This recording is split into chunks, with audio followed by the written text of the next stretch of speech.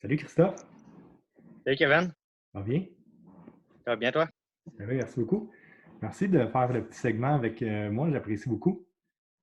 Ça fait plaisir. Là, tu es dans quel coin du pays en ce moment? Là? Pour l'instant, je suis à Trenton, en Ontario. OK. C'est comme pas à côté de Montréal, ça. Non, je suis à environ à 4 heures de Montréal. Cool, cool. Ben merci. Puis, tu sais, il va y avoir une couple d'affaires qu'on va te demander d'en apprendre un peu plus sur toi, là, mais on va commencer avec ça. Comment ça que tu es à Trenton, en Ontario? Je suis à Trenton, en Ontario, parce que je suis militaire au sein des Forces armées canadiennes. OK. Je suis technicien en maintenance d'aéronefs au 424e escadron de recherche et sauvetage. Donc, le métier m'a amené à vivre en Ontario. C'est la seule et unique raison. C'est quoi, c'est pas assez exotique à ton goût? Oh, ah, le soleil arrive plutôt en Ontario qu'au Québec. Parfait, ça a des charmes. Oui. OK. Fait que, parle-nous un petit peu plus de toi. Ça fait combien de temps que tu es dans les forces armées militaires? Je suis dans les Forces armées canadiennes depuis Mhm. 3 ans maintenant. En sortant de l'école secondaire, 6 mois plus tard, je rentrais pour faire mon métier technicien en maintenance d'aéronefs, qui est principalement la mécanique sur les avions. Moi, je suis spécialisé sur le Hercule CC-130H, qui est un avion de transport de troupes de cargaison. Un gros avion. Fait que, oh non, c'est quelque chose de gros. Quand je passe du RC à l'avion, c'est deux mondes différents. Là. Mon petit socket 5,5 comparé à mon socket 1,5 pouce, là, C'est un peu différent. un peu différent. T'as pas le même tournevis, mettons. Ouais, non. Puis je pense que c'est le RC qui m'a amené vers. Même pas, je pense, c'est le RC qui m'a amené vers le travail que je fais aujourd'hui de mécanicien. Ben, la relation que j'ai avec mes parents au niveau du RC, mon père qui m'a complètement tout montré par rapport au RC, comment monter des machines, comment les entretenir, comment les préparer, comment faire de la mécanique dans la vie de tous les jours sur un auto. Ma mère qui m'a soutenu dans ça, vous faites que je suis rentré dans les Forces armées canadiennes en tant que mécanicien d'avion, qui était un peu différent que de l'automobile. Fait que c'était presque pour cette raison-là. Cool. Fait que clairement, le RC, là, c'est une affaire de famille. Tu sais, il y a ta mère, il y a ton père, il y a ton frère aussi qui est impliqué. Là, fait que c'est vraiment cool. C'est quoi qui t'a exactement amené dans le RC?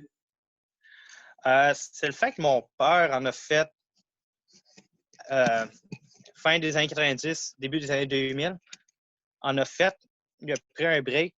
Les machines traînaient chez les tablettes dans le sous-sol.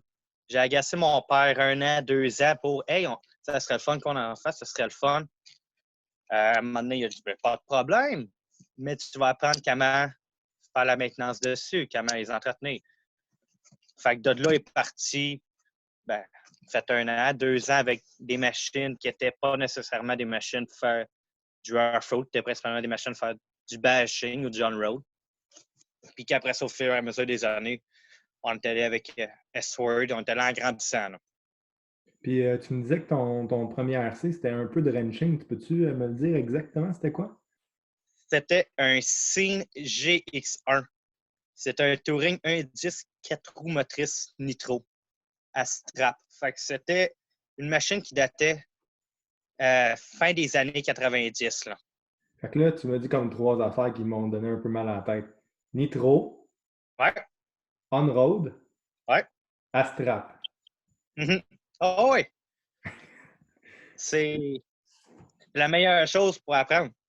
Puis là, tu Une as machine décidé qui. dans la vie d'aimer de faire de la maintenance après avoir touché ça dans la première fois. Ouais. OK. Mais c'est Oh, pour le monde qui ne savent pas, là, les autos à strap, que ce soit le bon vieux 4 roues 22, pas de X-4 ouais. de chez TLR, là, ou on-road, c'est beaucoup des straps là, qui viennent faire le drivetrain. Ça a tendance à slacker, ça a tendance à débarquer, il faut garder l'attention là-dessus. C'est un papier challenge, je crois. C'est un beau challenge, une belle expérience à apprendre à travailler là-dessus. une fois que tu sais comment travailler là-dessus, c'est formidable, là, c'est facile. Il faut Puis, juste l'apprendre. ça fait combien de temps que tu fais du RC au juste? Ça va faire depuis 2012, fait que ça va faire 8 ans cette année. Cool. Fait que là, je vais juste revenir sur ton affaire de famille, parce que ça, on s'en est parlé avant, puis ça m'a vraiment intéressé. Je trouve ça vraiment cool des affaires de famille. Chum blonde, père-fils. Là, vous, c'est pas juste père-fils, c'est mère, père, fils, fils. Fait que, Ouais. comment ça fonctionne un peu l'ambiance aux courses entre vous autres, là? Euh, Ton père, il travaille avec quoi? C'est quoi? C'est ton partner? Il Mon, fait quoi exactement? euh, mon père est un ancien pilote qui a coursé en même temps que moi. Nos 5 premières années avec Westward et les 3 premières années avec Westward, il coursait Truggy Nitro. Moi, je coursais Buggy Nitro. Fait qu'à ce moment-là, on faisait les pitmen inversés. Fait que lui, je faisais son pitman, il faisait mon pitman. Puis il y a 2 ans, il a pris la décision que lui coursait plus, que je coursais les deux classes. Fait que là, il est devenu réellement mon pitman pour Buggy Nitro, Truggy Nitro. Puis mon père va toujours être là pour aider tout le monde sur le bord de la track s'il y a des problèmes, s'il y a quoi que ce soit. Ma mère est impliquée dans l'RC aussi beaucoup au niveau de s'assurer que mon père puis moi, on mange pendant l'heure du dîner. Elle va s'occuper de tout ce qui est manger, la planification, s'assurer que tout aille bien pendant la fin de semaine. Mon frère va nous suivre pour prendre de l'expérience. Puis les fins de semaine, quand on ne course pas, lui va pratiquer en buggy 8 nitro. Puis cette année, il va commencer le mode boss. Cool, ça. Fait que là, on parle beaucoup de courses, de parler d'une coupe de championnat. Fais donc me rafraîchir la mémoire. Tu habites en Ontario, tu fais une coupe de track là-bas, tu courses à la colle, si je ne me trompe pas, puis tu risques de faire une coupe de course chez Bego cette année, c'est ça? C'est ça. En théorie, cette année, je devrais faire le championnat complet de la colle et une partie du championnat de Bego. Puis à travers ça, je vais être à faire des pratiques à Durham. Les fins de semaine que je ne suis pas au Québec à courser, je vais être ici à faire des pratiques. C'est bien ça. Pour le monde qui ne le savent pas, Durham, c'est en Ontario, juste un peu avant Oshawa. Fait que Ouais, c'est le long de la 401, c'est à peu près un 4 heures de Montréal. Fait que, c'est ça. pour le monde Et là, qui veulent racer en nitro, qui se cherche une, deux ou une troisième track, mais il y en a une au New Hampshire qui est à peu près à 4 heures et quart, je vais revenir avec les détails. Puis il y en a un autre qui va être à Durham à peu près 4 heures de char. Fait que, ça se fait relativement bien en une journée ou une fin de semaine. c'est ça, ça se fait très bien. Ouais. De ce que j'ai compris aussi, c'est une surface qui est semblable à ce que Bego a avec l'huile de lin. John Blakely, aussi à Otterville, Normand. À Otterville, va avoir aussi de l'huile sur sa surface cette année, là. Donc, la surface d'huile de lin va devenir un peu plus populaire pour le climat au Canada, plus facile à gérer, une traction qui est beaucoup plus constante. Fait que ça peut être quelque chose d'intéressant. Non, Euh, c'est très intéressant.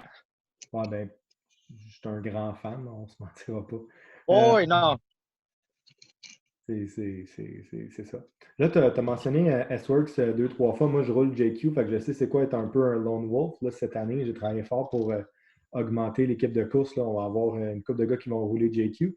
Mais toi qui roules S-Works depuis quand même longtemps, de ce que je sache, tu as roulé S-Works avant que ça devienne cool avec Ryan Cavallari puis l'autre gars, Elliott Booth. c'est quoi son nom, Colin?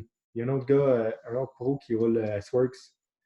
Elliott Booth, Roulette Sword. Fait que, tu sais, Mais oui, non. sont rendus un peu plus sur la map, mais là, définitivement, toi, tu as roulé ça un petit peu avant. Y a-t-il quelque chose qui t'a amené en particulier chez S-Works? Honnêtement, c'est mon père au départ que, après la saison 2014, cherchait à aller rouler un 8. On voulait rouler un 8. Mon père a toujours aimé ça, rouler quelque chose de différent de tout le monde. C'est Fait fun. que ça soit.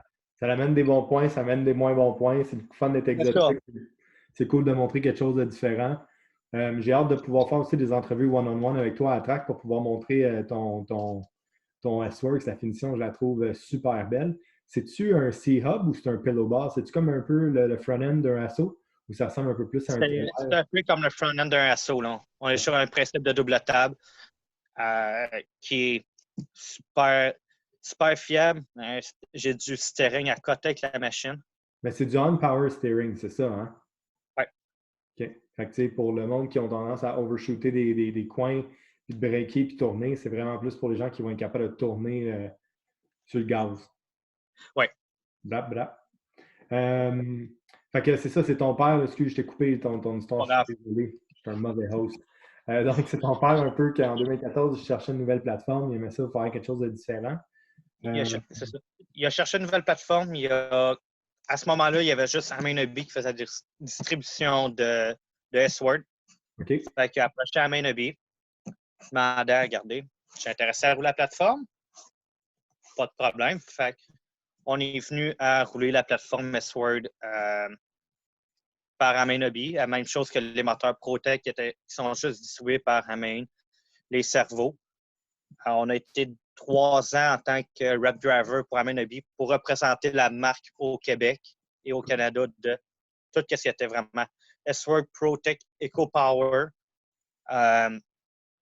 toutes des marques spécifiques à Amin Hobby. Fait que c'est ça qui m'a vraiment amené vers S-Word. Dans notre conversation de recherche, tu m'as mentionné quelque chose de très intéressant, puis je veux que tu leur dises. J'aimerais ça que tu me redises, c'est quoi les cerveaux que tu roules dans tes véhicules, s'il te plaît? Moi, je roule la série 150 S et le T sur le T sur le steering et le S sur le throttle. Ce sont des cerveaux super fiables. Je roule ça. Je roule les mêmes cerveaux depuis 4 saisons. Je suis sur mon buggy, sur mon truggy. C'est super fiable, super précis. Je pense sur les 5 ans, j'ai roulé les cerveaux ProTech. J'ai eu quelques faiblesses au niveau des cerveaux. Ils ont eu une année qui avait des faiblesses sur le cerveau, mais ça s'est tout corrigé. Donc, aujourd'hui, le cerveau est très fiable, pas cher. Il donne une barème de prix qui fait beaucoup de sens pour un cerveau de cette qualité-là et de cette performance-là. C'est exactement ce que je voulais que tu redises. Merci beaucoup. Tu as un budget servo qu'on appelle, c'est vraiment du milieu de gamme. C'est pas une machine de guerre à 250 canadiens. C'est pas un cerveau qui vaut 100 Fait que c'est vraiment un plein milieu. Pour un petit geek comme moi, c'est très, très intéressant. C'est un boîtier en aluminium.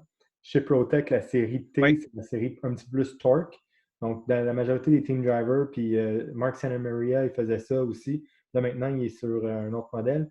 Mais en général, les T pour torque vont être en avant, puis sur le steering, sur la le conduite. terrain, ouais. Puis pour le nitro, ils vont mettre le cerveau un petit peu plus rapide avec un peu moins de torque, donc la série S, sur le gaz et le freinage.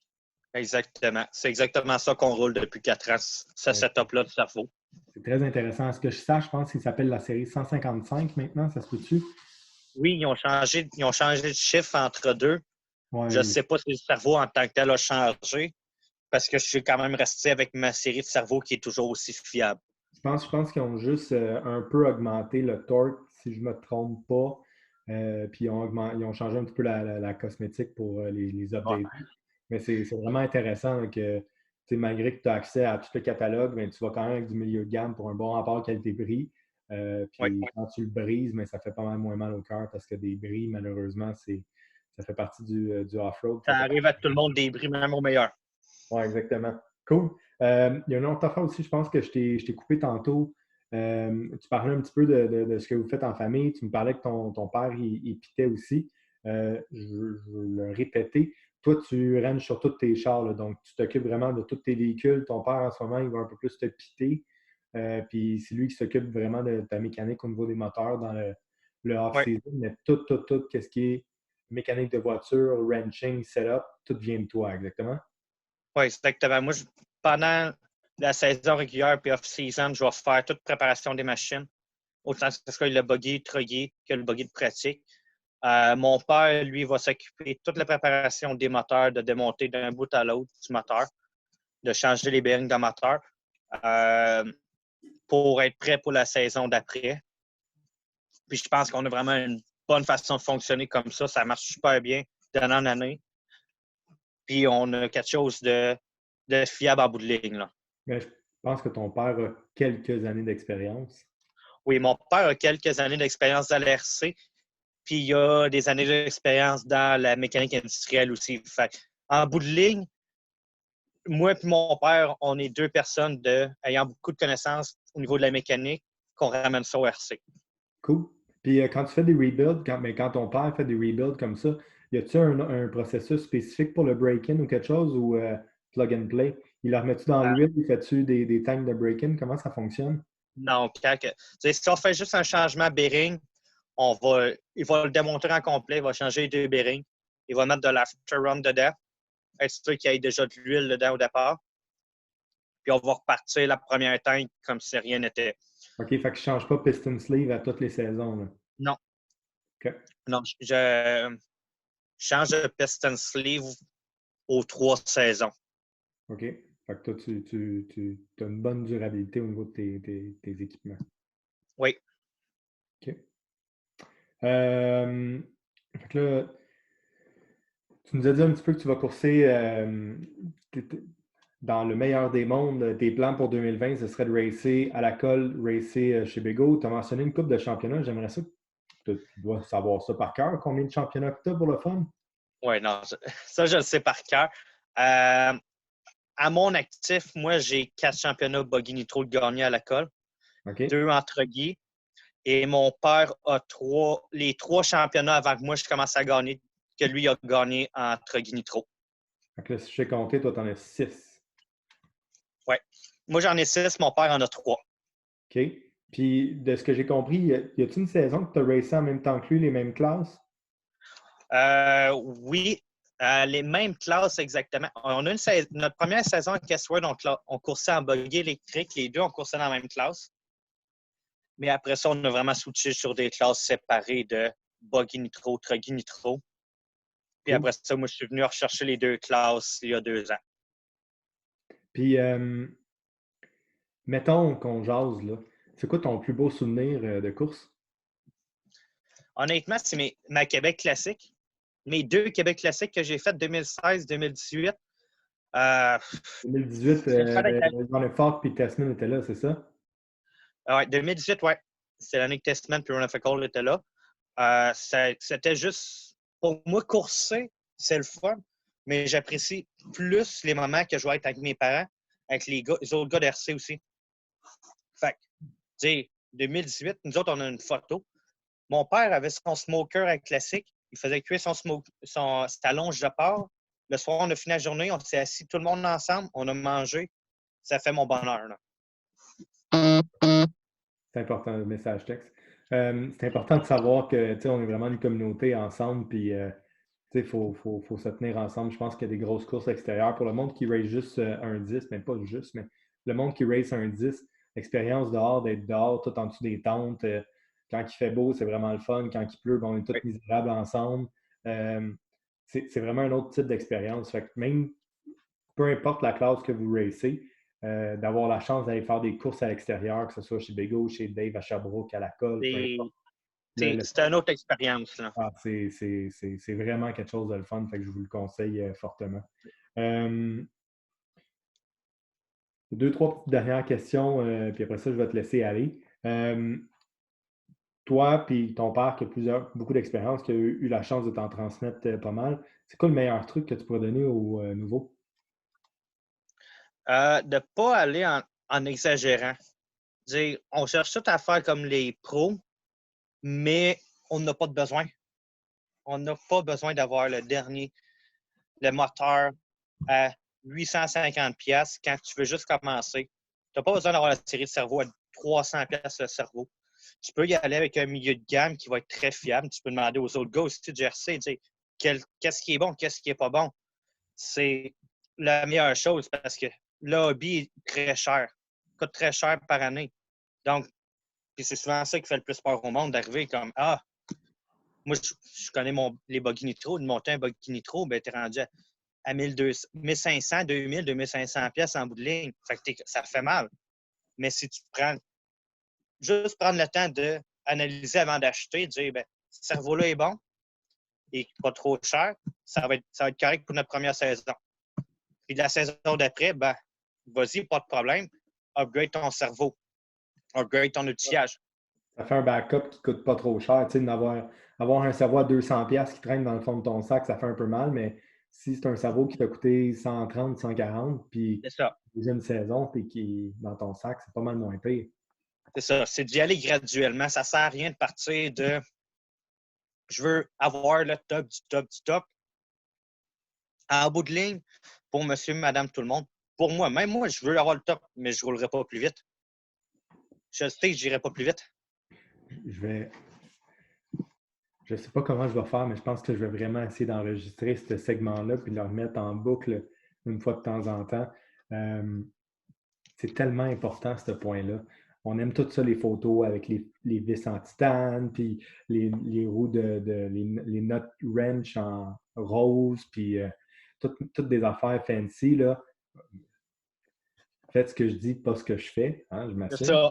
Mais, tu sais, c'est pas d'essayer d'introduire des nouveaux, essayer de commencer ce hobby-là, il ne faut pas être intimidé. Il ne faut pas voir le top du top du top. Il y a tout le temps quelque chose dans le milieu qui va faire la job comme il faut. Fait que définitivement, jaser avec une couple de gars d'expérience, jaser avec une couple de hobby shops qui font déjà de la course, Oui. ça va définitivement pouvoir vous aider. Fait que c'est un très, très bon point que tu amènes, Christophe, puis je vais le noter, là. Puis, C'est la partie la c'est plus souvent c'est la chose qui fait le plus peur au monde. On a aidé beaucoup de monde à la colle. Le monde venait voir juste pour voir.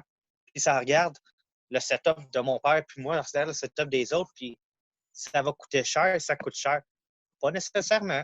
Il faut juste que tu prennes les bonnes décisions. Puis en plus, je pense que c'est quelque chose que la gang de la colle fait extrêmement bien, c'est d'introduire le monde au hobby.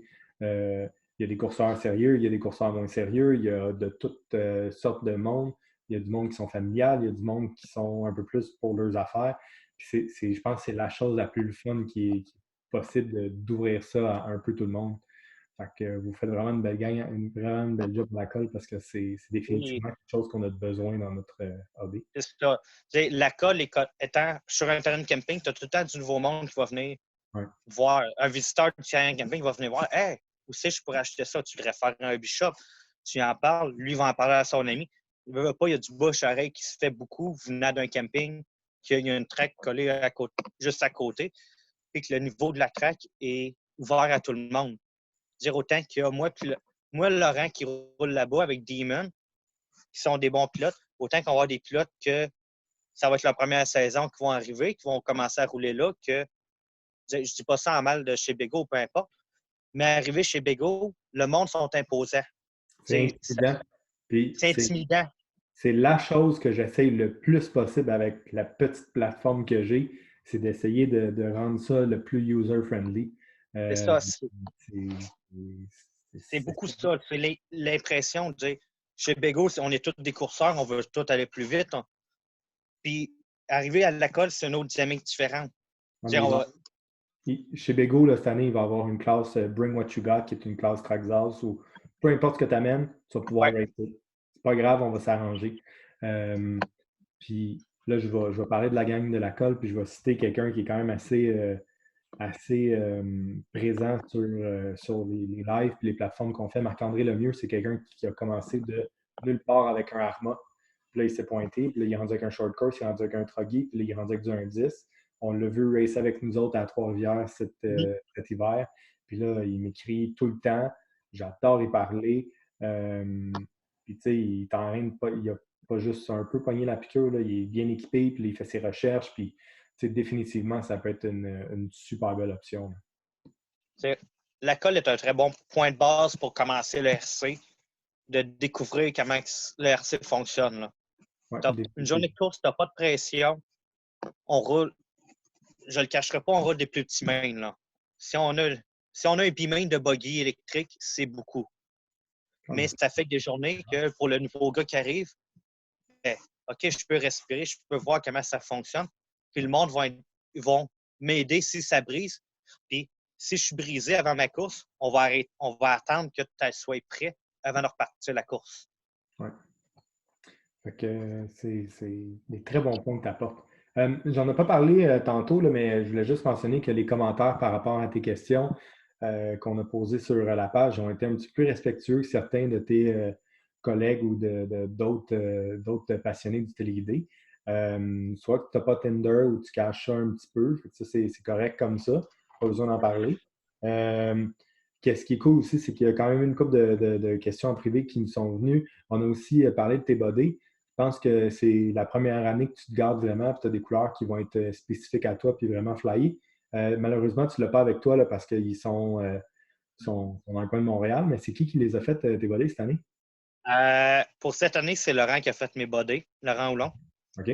Euh, j'ai toujours eu des bodés personnalisés, mais la saison passée, à la course numéro 2, à la colle, j'ai eu mes 2 pneus en avant qui ont décollé. Fait que la première chose que je savais, c'est qu'il ne me restait plus de body sur le buggy parce que le pneu arrachait le body en chemin. Ah, c'est ça l'histoire? Fait à course numéro 3, ben, moi, j'ai recommandé un body. Pas le temps de faire peinturer ça. Canette de peinture jaune. On est reparti. Voilà un body. Puis c'est à ce moment-là que les gars sont mis à se faire du fun parce que j'ai toujours eu des bodys personnalisés.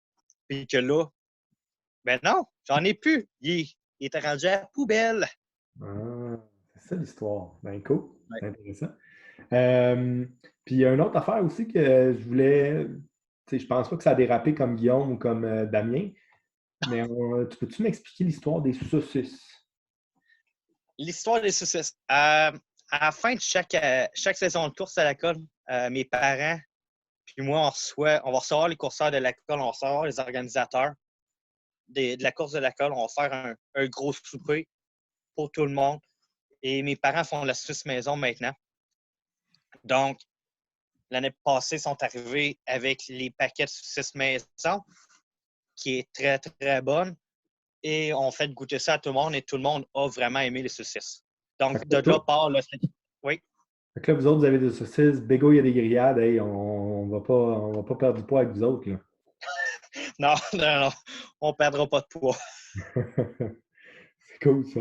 Euh, J'apprécie beaucoup que tu as pris le temps de discuter avec moi. Troisième segment des ambassadeurs du RC, c'est le fun de faire découvrir des faces qu'on voit un petit peu moins. De rouler S-Works, c'est un petit peu différent, c'est un peu Lone Ranger. Puis j'ai vraiment hâte de pouvoir discuter de tes voitures un one-on-one. Définitivement, je trouve qu'ils sont super bien faites. La finition, elle est vraiment, vraiment bien. Fait que j'ai hâte qu'on puisse faire ça ensemble. Euh, à part S-Works, tu veux-tu un petit peu mentionner tes sponsors ou les gens qui te supportent dans ce merveilleux monde-là? Ben, pour moi, de mon côté, je vais avoir S-Word, je vais avoir un S-Word USA, un C1 Racing qui va me supporter au niveau de tout ce qui est S-Word, des machines, des châssis, etc. Je vais avoir Big Go qui va me supporter pour tout le restant de mon courant, d'aller du bearing au moteur, des pneus, la nitro. J'ai mes parents qui me supportent là-dedans à 100%. Ma mère et mon père sont tout le temps là à chaque course. Mon frère aussi. Donc, c'est principalement eux autres qui me supportent le plus. Il y a quel âge ton frère? Mon frère a Oh. 11 ans, 12 ans. J'ai un blanc de 12 ans, excuse. Il a On va 12 ans. ajouter ça, c'est pas grave. OK. Puis, fait que, tu sais, définitivement, tu es bien supporté. Euh, j'ai hâte de pouvoir te recroiser aux courses. J'ai hâte de pouvoir voir tes différentes machines, puis de continuer de partager ça ensemble. Moi aussi, j'ai hâte. Un jour, ça va repartir bientôt. Oh, ça va arriver, ça va arriver. Ben oui. De toute façon, on ne racerait pas en ce moment. Fait que à part des genoux, Non, jusqu'à date, on n'a manqué aucune autre course. À part les non, gars on qui ne ont manque manqué au aucune tête, course. mes sympathies. Euh, merci beaucoup. Je te souhaite une bonne soirée. Puis Ça fait on plaisir. se repasse à la track bientôt. Oui, pas de problème. Merci. Bye.